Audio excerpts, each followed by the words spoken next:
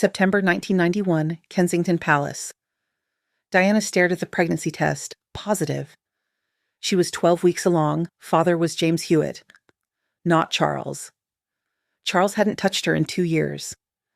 Diana told one person, Catherine Bennett, her closest friend, someone she trusted completely. Catherine held her hand. What will you do? Keep it, Diana said, and somehow. October 1991, someone at the palace found out. Diana was summoned to meet Sir Michael Crawford, the Queen's private secretary. The meeting was brief, cold. We know about the pregnancy. You will terminate. Privately. Or we take William and Harry, declare you mentally unfit. We have documentation ready. Diana felt her world collapse. I won't. I can't. Michael's voice was ice. Then you lose your sons. Choose. Diana left that meeting broken, called Catherine crying. They're going to take my baby, or they'll take William and Harry. I have no way out. Catherine was quiet for a long moment, then said something that changed everything. What if there was a third option? November 1991, Diana staged a collapse, made herself appear violently ill. Palace doctor came, Dr. Thomas Whitmore. He examined her, sent staff away. When he emerged, his face was grim. Miscarriage. She's lost the baby. It was a lie, carefully orchestrated. Diana had convinced Dr. Whitmore to help, paid him $200,000. He falsified medical records, created evidence of pregnancy loss, disposal of medical waste, everything the palace needed to see. They believed Diana had miscarried, stopped watching her so closely, thought the problem was solved.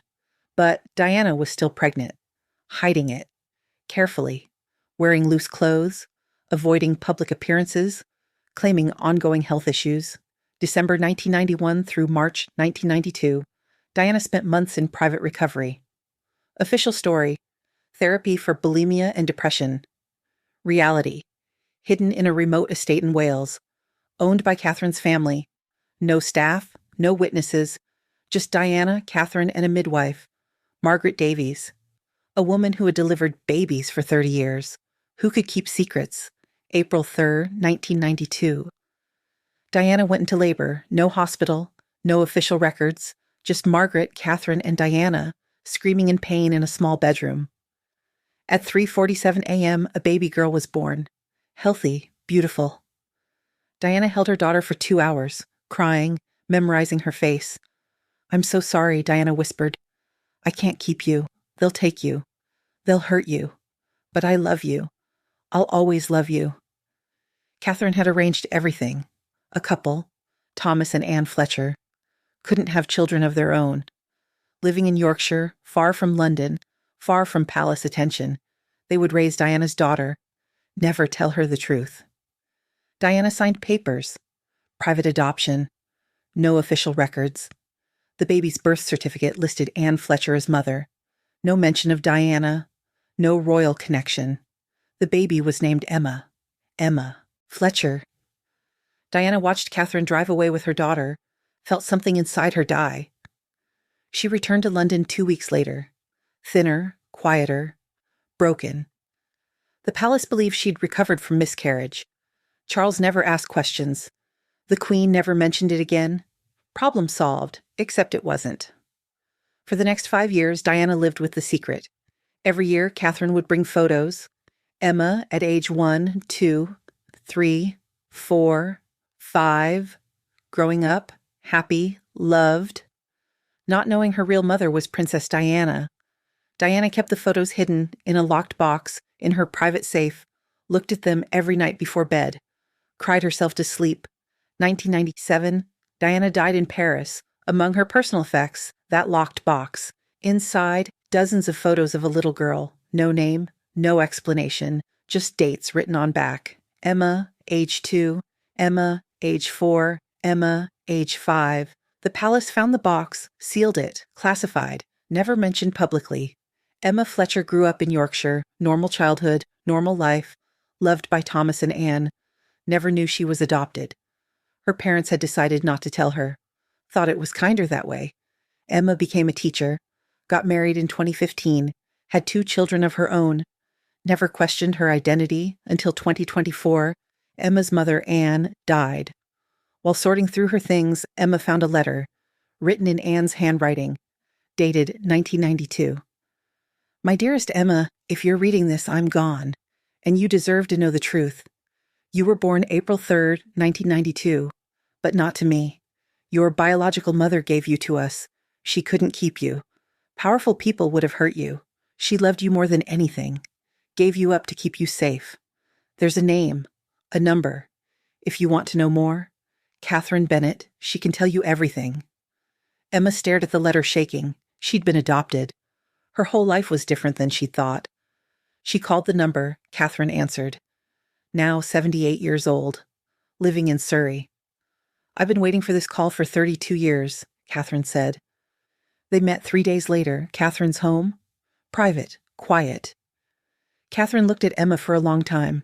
You look exactly like her, she whispered. Like who? Your mother, Diana. Emma felt the room spin. Diana? Princess Diana? Catherine nodded, pulled out a photograph. Diana, 1992, holding a newborn baby, looking at the camera with desperate love. That's you, Catherine said. She gave birth to you in secret. April 3rd, 1992. The palace wanted her to terminate. She refused. Hid the pregnancy. Gave you up to keep you safe. Emma couldn't breathe. Princess Diana was her mother. I need proof, Emma whispered. Catherine reached into a drawer, pulled out a sealed envelope. Diana left this, for you, to be given when you learn the truth. Emma opened it with shaking hands. Inside, a letter in Diana's handwriting. My darling daughter, if you're reading this, you know the truth. I am your mother. And giving you away was the hardest thing I ever did. But I had to keep you safe. The palace would have destroyed you, used you, controlled you. I gave you a chance at a normal life, a real life, a free life. I hope you can forgive me.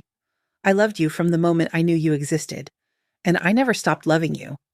Every day I looked at your photos, wondered what you were doing, who you were becoming. I'm so proud of you. Even though I never got to know you, you are my daughter, you are a princess. But more than that, you are yourself. Free, happy, whole. That's all I ever wanted for you. All my love, forever, your mother, Diana. Emma was crying. Catherine was crying. There's more, Catherine said. She pulled out a small box, inside a hospital bracelet. Emma Fletcher, born April 3rd, 1992, 3:47 a.m., and a lock of baby hair. We can do DNA test, Catherine said. Diana's belongings still exist. Her hair samples, medical records. We can prove it scientifically. 2 weeks later, the results came back. 99.9% match. Emma Fletcher was Diana's biological daughter. Emma sat in shock. She was Princess Diana's child, William and Harry's half-sister. Sixth in line to the throne at birth, but completely hidden, erased from history. Does anyone else know? Emma asked. The palace knew in 1992, Catherine said. They believe she miscarried. Dr. Whitmore falsified records. He died in 2003, took the secret with him. Only 3 people knew the truth. Me, the doctor, and Diana. Now you. Emma made a decision. She wanted to meet William and Harry, wanted them to know they had a sister. Catherine arranged a meeting through private channels. Very quiet, very secret. March 2025, a private home in Gloucestershire. Emma walked in nervous. William and Harry stood there, looking at her with shock. You look like her, William said quietly. Like Mum. Catherine showed them everything. The letter, the DNA results, the photos. Diana holding newborn Emma. Harry started crying. She had another child, and we never knew. All those years, we had a sister, and she was alone. William pulled Emma into a hug. Your family. You're our sister. Mum protected you, kept you safe. That's what she did. She protected the people she loved. Emma met her nephews, George, Charlotte, Louis, Archie, Lilibet. They welcomed her completely, but the palace? They wanted silence, wanted Emma to stay hidden. Coming forward would create complications, they said. Constitutional issues, succession questions. Better to keep this private. Emma refused. I'm Diana's daughter. I have a right to exist publicly, to acknowledge my mother, to be part of this family. May 2025. Emma went public, held a press conference with William and Harry beside her. I am Emma Fletcher, born April 3, 1992, daughter of Diana, Princess of Wales, hidden for 33 years to protect me from palace pressure, raised by loving adoptive parents, but I am Diana's child, and the world deserves to know I exist. She showed the DNA results, Diana's letter, the photographs, the hospital bracelet with Diana's handwriting, everything. The world exploded. Headlines everywhere. Diana's secret daughter, hidden princess, 33 years, William and Harry's sister, revealed. The palace was forced to acknowledge it, confirm the DNA results, admitted Diana had given birth in secret in 1992, but claimed they hadn't known until now. A lie. Documents later revealed palace officials knew in 1992, chose to keep it secret. Easier to pretend Emma didn't exist. Emma Fletcher became a global phenomenon. Diana's hidden daughter, the princess who grew up normal, who had a regular life, regular job, regular family, who never knew her royal blood. She wrote a book, Diana's Daughter, The Hidden Princess. Became international bestseller. She started a foundation for children in foster care and adoption, named it the Diana Fletcher Foundation. Combined her two mothers' names, Diana, who gave birth to her, Anne Fletcher, who raised her, both her mothers, both loved her. William gave Emma a gift, Diana's sapphire ring, the one Diana wore constantly. Mum would want you to have this, he said. You're her daughter. You deserve a piece of her. Emma wears it every day. Looks at it when she misses the mother she never knew. The mother who loved her enough to let her go. November 2025, Emma visited Diana's grave. Althorpe Estate, stood at the memorial, placed flowers. Hi, Mum, she whispered. It's me, Emma, your daughter. Thank you for giving me a normal life, for protecting me, for loving me enough to let me go. I wish I'd known you, but I understand why you did it, and I forgive you. I love you too. April 3rd, 2026, Emma's 34th birthday. William and Harry threw her a party. Private, family only. All of Diana's children together, the 3 siblings Diana left behind. William, Harry, Emma. They looked at old photos of Diana, told stories, cried and laughed. She would be so happy, Harry said, knowing we found each other, that we're together. That's all she ever wanted. Her children safe and loved.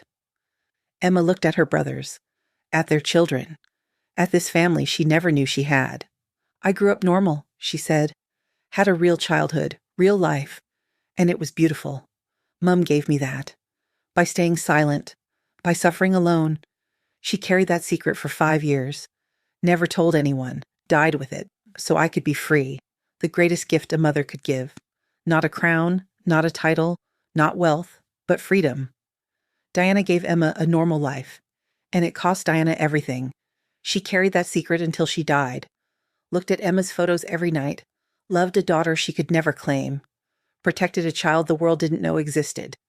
That's what Diana did. She sacrificed her own happiness, her own connection to her child, so Emma could grow up safe, away from palace control, away from media scrutiny, away from the prison Diana lived in. April 3rd, 1992, Diana held her newborn daughter for 2 hours, memorized her face, then let her go, into a normal life, a free life, the life Diana never had. And 33 years later, Emma understood. Her mother's greatest act of love was letting her go. September 1991. Diana found out she was pregnant. April 1992, she gave birth in secret. August 1997, Diana died, never telling the world about Emma. May 2025, Emma revealed herself, the daughter Diana hid to keep her safe, the princess who grew up free, Diana's final gift to the child she loved but couldn't keep. Freedom.